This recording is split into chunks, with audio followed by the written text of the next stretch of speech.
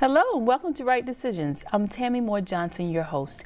It is my pleasure to come in your homes weekly with a show that's created to provide tools for success. Today we're discussing identity theft. According to an audit by the Treasury Department, in just the first 6 months of 2013, 1.6 million taxpayers were affected by identity theft, compared to the 271,000 for all of 2010. It's pretty evident that identity theft is on the rise. So what exactly is identity theft, and what are some steps that we can take to prevent it? Here to answer these questions and to discuss identity theft is Martha Phillips from South Carolina Department of Consumer Affairs. Marty is the director of the Identity Theft Unit. Welcome, Marty, and thank you for being here. Thank you, Tammy. So let's get started with exactly what is identity theft. Essentially, identity theft is the unlawful use of your personal information for another person, the identity thief, to obtain goods or services, or even sometimes conceal their own identity or to try to gain employment. Wow. And so how do they go about getting this identity? There are all kinds of ways. Sometimes I say pretty much however you can imagine. Scammers are out there, identity thieves, and they can use your information pretty much any way you can use it. And I kind of separate it into what I call old-fashioned identity theft and then the high-tech identity theft. So old-fashioned, it could be a lost or a stolen wallet. They could dig through your trash. They could steal your mail. Or with the high-tech identity theft, it's things called phishing, where they send you an email and it looks like it's from your bank or a financial institution, and you click on the link and it takes you to a phony website, and then you enter your personal information. There's something called skimming, where they can put devices over ATMs, or they can install them in gas pumps, or they can be tiny handheld devices that a dishonest employee at a restaurant, they could have it in their apron, and you give them your credit card and they swipe it to pay for your meal, but then they also swipe it on that skimming device and they have all your information electronically. So it really runs the gamut. Well, how likely is that to occur, though? Because, you know, we use credit cards, debit cards all the time. I mean, this is the way of Americans. So how likely is it to happen, like at a restaurant with someone who's, you know, has a card, what'd you call that, slide? It's a skimmer. Skimmer in the back there around other people. I mean, is that likely? Have you heard? It happens all the time. In South Carolina, we are 17th in the nation for identity theft. So, you know, sometimes South Carolina is at the bottom of rankings. Well, unfortunately, with identity theft, we're rising. And last year, for calendar year 2013, there were almost 3,400 reported cases of identity theft. 3,400 identity theft. Now, your unit started after the data breach that happened with the IRS, our Department of Revenue here in South Carolina. Right. So tell us a little bit more about that. And that's another type of high-tech identity theft with data breaches. And sometimes people have a false sense of security because they think, oh, well, I'm not online. I don't do anything on the internet. Well, just because you might not be online doesn't mean that your information isn't online. So with data breaches, it can be businesses, it can be state agencies, and unfortunately, we're familiar with that here in South Carolina after our Department of Revenue was hacked. So we have a state identity theft law. It's called the Financial Identity Fraud Identity Theft Protection Act, and we call it FFIPA at Consumer Affairs.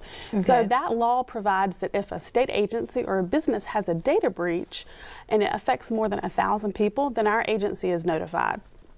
So if a business has a breach and 5,000 people are notified, are affected by that breach, then we get notice. And since 2008, we've had over 128 notices of consumers in South Carolina that were affected. And it's roughly over 7 million consumers. Okay, so let's wait a minute. So if it's 128, oh, you had 128 of 5,000 or more people with the 1,000 or more. 1,000 or more Right. data breaches. Is that correct? Right. So Wow. if a business has a breach, let's say somebody hacks into their computer system or even steals a laptop or somebody loses it and it has customers' information on it, then if it's more than 1,000 people, our agency has to be notified. So that law was in place even before Department of Revenue breach. But after that happened, it kind of put a spotlight on identity theft in our state, and then the Identity Theft Unit was created at the Department of Consumer Affairs. Wow. Wow. Now let's go back to, there are 4 or 5 different kinds kinds of identity theft, correct? Really, we kind of can separate it into financial and non-financial identity theft. Financial, it's somebody is using your credit card or your debit card. They can also use it to get benefits, medical benefits, health care. They can file taxes in your name. They can use your information to get a job. They can use your child's information, which is a whole other arena that is a lot harder than if it's just, an adult. The top 3 types of identity theft in South Carolina, the number 1 type overwhelmingly is government documents or benefits fraud. I think that's surprising to a lot of people. Usually they think it's financial related, but it's really 32% for last year. Identity theft in South Carolina was the government documents or benefits fraud. Okay, explain exactly what that means. That could be I use your information to get benefits. If I need SNAP benefits, I might steal your information to get those benefits. Then if you need them, you go apply for them and you're disqualified because somebody's already getting those benefits using your information. So how do they actually steal those type of benefits, the government benefits? If they have your name, your social security number, your date of birth, then they can go and apply for that information or for those benefits. But how are they getting that? Are they getting that from the people working in a certain agency perhaps, or mail, or could it be how? It could be any or all of the above. Could be a relative? No, see. Actually, that happens more than you would know, particularly with child identity theft. A lot of times it's a family member that for whatever reason uses the child's identity. Now, that was one that I read on within the 4 or 5. There's child identity, then there's colonial identity, and then there's criminal identity. Can we go through that, even though it's not the top 3 that's in South Carolina? Can we kind of let the viewers know the different kinds and briefly what it means? Well, we'll take medical identity theft. Okay. I might have your information, and I could have gotten it from a variety of sources. I could have been the one to steal your information. I could have bought it on the black market. A lot of times the people that steal your information, they're not the ones to use it. They steal your information and they sell it to somebody else that will use it. But however I've gotten your information, which is often very hard to determine, I'll go and I'll give your information if I visit the emergency room. And this is really dangerous because then at that point, that identity thief's information, medical information, is merged with your information. So then once, a good way for people to kind of monitor that, or red flags, if you get a benefit statement and it from your insurance company and it has treatment on there that you didn't receive, that could be a red flag. If you get a bill from a hospital and it has a bill that you didn't get, you don't recognize it, that could be a red flag for identity theft, medical identity theft. Right now, it's tax season. We're hearing a lot of complaints where people go to file their taxes and they're told by the IRS, hey, somebody's already filed using your information. Really? And then there's a whole process that you have to go through with the Internal Revenue Service, and there are forms to fill out, and they might give you a PIN number that you use to file your taxes, or you file your taxes and you claim your child as a dependent, but then you're notified that somebody else has already used that child as a dependent. Now, so we hit the child identity, the medical identity. Did we talk about the criminal identity? That's one that's really, really hard. Let's say that identity thief has your information and they get stopped, arrested. They could give your information to the police, and then that information is now going to be on your criminal record. Wow. And then you unknowingly, you might be stopped at a traffic stop and they run your information, and that criminal identity thief, his information pops up, and then you could be arrested. So that's really one of the worst case scenarios. Wow. Well, this is a good time to stop and take a break. So I'm going to take a quick break, and we'll come back and we'll talk a little bit more about the preventive ways that our viewers can do. Okay. Thanks. We'll be right back.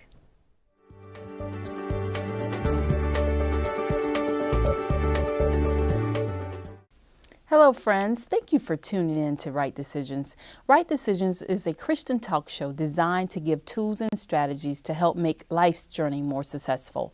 Each week, we will bring life-changing topics such as marriage, parenting, career, finances, and relationships. I hope that we've been a blessing to you. If you would like to be a blessing unto us by giving a donation to offset our television costs, please do so at Right Decisions, P.O. Box 836, Columbia, South Carolina 29201. You can also email us with feedback at toolstomakerightdecisions@gmail.com.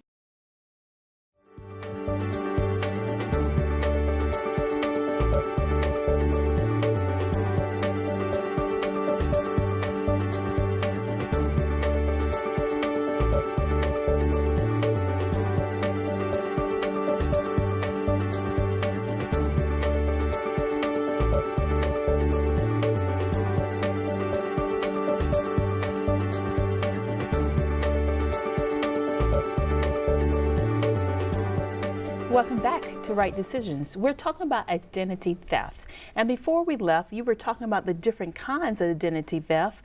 Let's just shift a little bit and talk about some of the preventive ways. What are some things our viewers can do to prevent identity theft? One of the basic ways, if you have information at home, shred it. Don't just throw it in the trash. Whether it's yours or your child's, if it has what we call personal identifying information, your name, account numbers, date of birth, even your address, be sure to shred it. Monitor your financial accounts regularly. A lot of times, after hackers get your information, they might process small charges on your accounts to see if it goes through, and then they'll hit you with big charges. So make sure you're looking at every transaction. A lot of people will just look at the balance and it looks about right, and they don't really go through it with a fine-tooth comb. Good point. Monitor your EOBs, your explanation of benefits from health insurance companies. Make sure there's nothing on there that you don't recognize. Monitor your credit reports. That's a big chunk of what we can do to prevent identity theft. But and how identify often should they do that? You're entitled to a free credit report every year from each of the 3 major credit reporting agencies. So some people like to get them all at once. Some people like to stagger them throughout the year. Good point. There are also tools called fraud alerts and security freezes, and those are both free. Fraud alerts, that's federal law, so it's free. The security freeze, that's based on state law, so it's free for us here in South Carolina. The fraud alert, if you think you might be the victim of identity theft, or say you got a breach notice, so you know your information's out there, you can put a fraud alert on your credit report, and that will entitle you to get an extra copy of your credit report for free. So really, just as long as you're making sure you're monitoring that at least once a year, at least with your annual free credit report. Now, what was the freeze one? The security freeze, it's a little, it works a little bit different than a fraud alert. A security freeze kind of puts your credit report on lockdown. So somebody couldn't use your credit report to obtain goods or services without your permission. A lot of times, even if you open a cell phone or you open utilities, they might do a credit check. So if an identity thief has your information and they're trying to open one of those accounts, but you have a security freeze on there, they're not going to be able to. Now, that was one of the things when we had a data breach here in South Carolina that was recommended that we did, residents do, right? Right. A lot of people, we kind of recommend it with caution, because when you place that security freeze on there, you have to talk to each of the 3 credit reporting agencies. The fraud alert, you just notify one, and that one will notify the other 2. But with the security freeze, you get a PIN number from each credit reporting agency that you place the freeze with.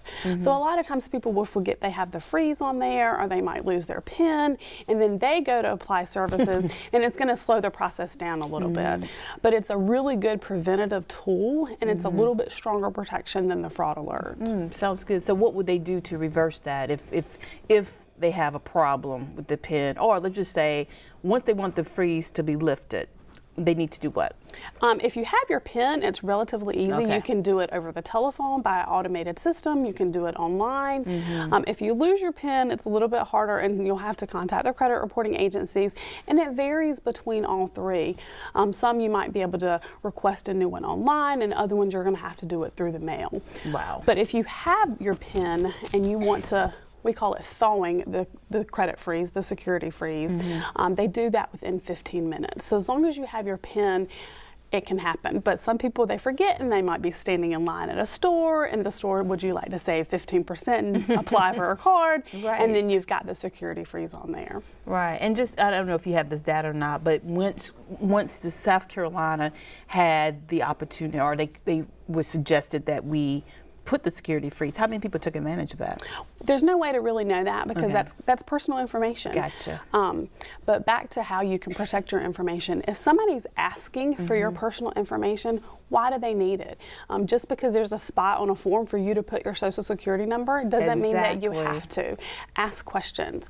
And particularly with your child's information, if they're asking, you want to ask those same questions about your child's information that you would want to know about your own.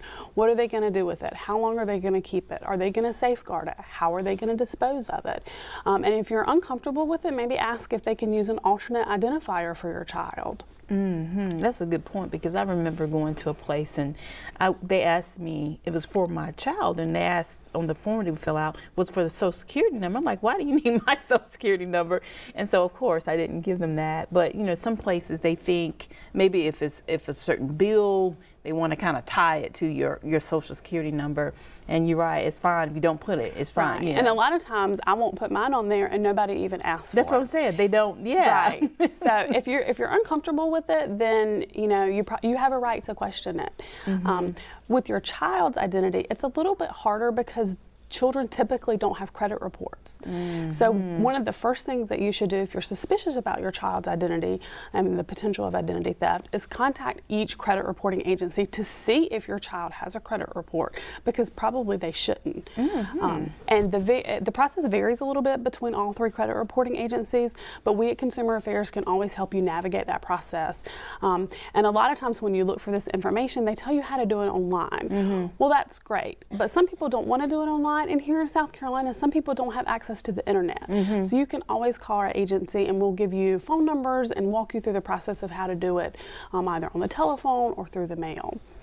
But if you have a child, definitely around age 16, check to see if they have a credit report, because that should give you a little bit of time to try to correct it if they do have one as a result of identity theft before they buy a car or get a job or start even applying for loans or preparing to go to college. Now you said to check to see if they have a credit report, but I thought at one point parents were advised to run your child. Maybe it's the same thing, because to see if there's a credit report will be the same thing to make sure no one's using your child's social security number. Right, it is the same thing. And what they'll do is it's called a manual search. So you'll contact each credit reporting agency and ask them to do a manual search. So they'll search for your child's name and social security number, and then they'll also search just for the social security number. Because identity theft for children, it's really hard to detect, and often by the time you realize there's a problem, it's very hard to correct it. So at what time span? Is this still yearly too for parents to do that for their children? Just to call? What do you suggest? Unless you have reason to suspect, once a year is probably sufficient. If for some reason your child's information has been compromised, whether it's by a data breach, which is relevant here in South Carolina because children's information was affected by the Department of Revenue breach, you might want to call twice a year. There's no need to do it really regularly unless you have a suspicion. So once a year would probably be okay. And you did say that South Carolina Department of Consumer Affairs could help you through that process. Absolutely. And even if you just have general questions about credit reports or how do I, what's a red flag, you can always call us and we'll be able to help you, provide you that information and guide you through the process. Okay. Well, I'm going to take a break and we will be right back.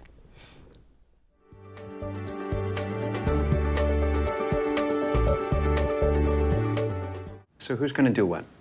I'll pack the dead batteries. Great.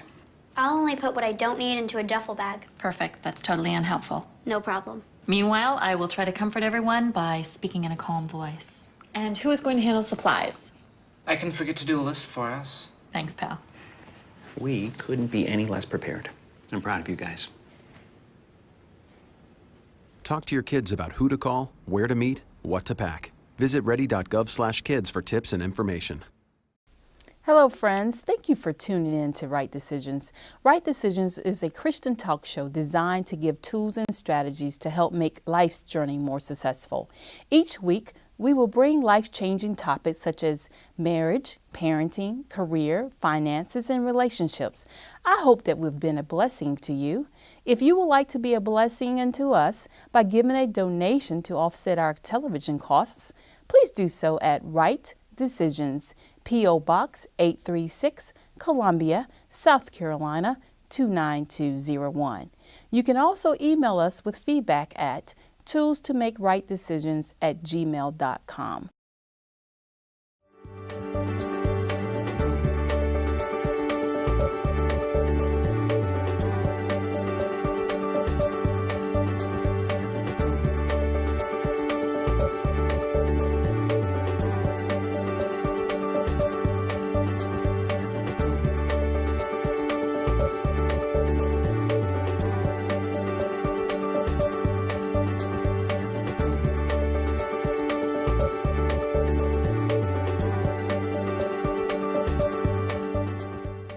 Welcome back to Right Decisions. We're talking about identity theft. Marty, let's switch gears a little bit and go back to child identity and the social media piece. That's becoming a problem, isn't it? Right. Parents should really monitor what their child's posting on social media. Something that seems as innocent as a picture that a child posts could provide clues to a scammer, identity thief, of what the child's password might be. Perhaps they wear a team jersey that has their number on there, or they put their birth date.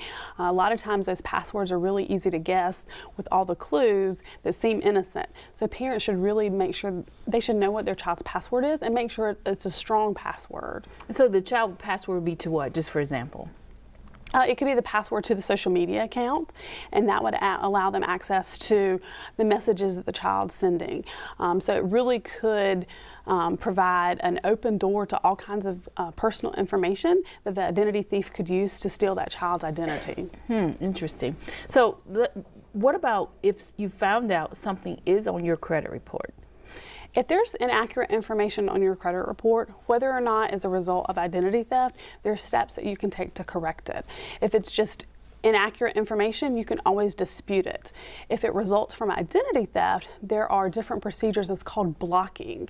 And you can file a police report and then file a complaint with the Federal Trade Commission, and those documents will allow you to take advantage of that blocking right. It's federal law, so you can get that whole entry blocked from your credit report. So how would you know the difference? If I'm a consumer and I'm looking at my credit report, how would I know? Okay, so dispute versus is something that's not valid. Someone's using my account. If it's, let's say you had a collection account, you just didn't pay a bill, and for whatever reason, that negative information is going to be on your credit report. You know the bill was yours. Dispute. Okay. Right. So after 7 years, when it should come off, if it doesn't come off in a timely manner, then you can dispute it. If it's an item that you absolutely know is not yours, it results from identity theft, somebody used your information to open a credit card account and they didn't pay the bill, obviously, it's going to show up on your credit report. Then you can block that information. Some people are still hesitant to do the blocking because you have to file a police report. And some people just don't want to do that, particularly if it's a family member that stole their identity. They may be hesitant to file a police report, so you can always dispute it. If you get confused about it, at Consumer Affairs, our Identity Theft Unit, we can always walk you through the process and tell you these are your options, this is how you would do each, and help you decide which avenue you would take. So let's go back to some of the ways that an impersonator can take on someone's identity, so make sure that our viewers are aware of what they need to do and what ways they can prevent this from happening. The number one thing is don't give out your information online over the telephone unless you know where it's going. Even old-fashioned, just your straight up what we call scams. We take hundreds of scam calls every month at Consumer Affairs. We made sure that those calls now go to the Identity Theft Unit because usually the point of a scam is to get that personal information so they can use your money or use your information. So make sure you know who you're giving your information to, particularly the internet. If you get an email that appears to be from a government agency, that's not how government agencies reach out to you. So if you get an email from the IRS, don't click on the link. Don't call the number that's in that email. Look up the information from an independent source. You can always contact us at Consumer Affairs and send us a copy of the email and say, this looks suspicious. If there are grammar mistakes or misspellings, that's usually a red flag that it's not a legitimate email. Just this past week, I got 2 phishing emails. That's what we call them, phishing emails from our credit card company. And I knew that they were fake, but they were really good. So a lot of people might have fallen victim to that. And if you click on that link. I'm just curious, what was it, it comes to your personal email. Right. And it'll be from the credit card company. And how do you know, that this is what you call a phishing email? Right. They usually say something about your account needs to be verified, or sometimes it'll have like an urgent, you must contact us within 48 hours. With my credit card company, they won't send me something unless it has my name in there, and then it has the last 4 of my account number. So if it just says something generic like "Dear valued customer," that's a big red flag. Gotcha. And even if you get it and you're not sure, you can always call that credit card company directly. Don't call the number that's in the email, because if they can create a fake website, they can put a fake phone number in there. Call the number that's on the back of your card, or call your bank, or call your credit union. Great advice. Thank you so much for joining us today. Thank you, Tammy. If you want to contact Marty, contact her at South Carolina Department of Consumer Affairs in the Identity Theft Unit. Thanks again. Through our discussion, it has been our objective to leave you with key points regarding preventing identity theft. At Right Decisions, we just don't want you to prosper here on earth. We want you to prosper in the afterlife as well.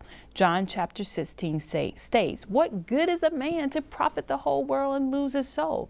It is the Lord's desire for you to prosper in every area of life: health, finances, family, and career. But He wants your soul to prosper too. It gives Him great pleasure for you to have a wonderful life here on earth. But in order to do so, you have to renew your mind. That is, change your thought processes. Renew your mind about protecting your identity. God wants us to use wisdom and take preventive steps in protecting ourselves. However, He does not want us to live in fear. The purpose of this discussion this topic is not to generate fear, but give practical steps when it comes to identity theft. Remember to acknowledge Christ in all your ways, and He will direct your paths. True life begins with Jesus Christ, and He is coming back. Will you know Him when He returns? If you do not know Him as your Lord and personal Savior, I encourage you to do so right now. Just simply believe in your heart that Jesus died for your sins and confess out loud Jesus is your Lord and Savior. Now, when He returns, you'll be able to join Him. Thank you for tuning in to Right Decisions, a show with a positive message. If you'd like to contact me, email me at tuesdemakerightdecisions@gmail.com. Have a wonderful week, and we'll see you next Sunday. Goodbye for now.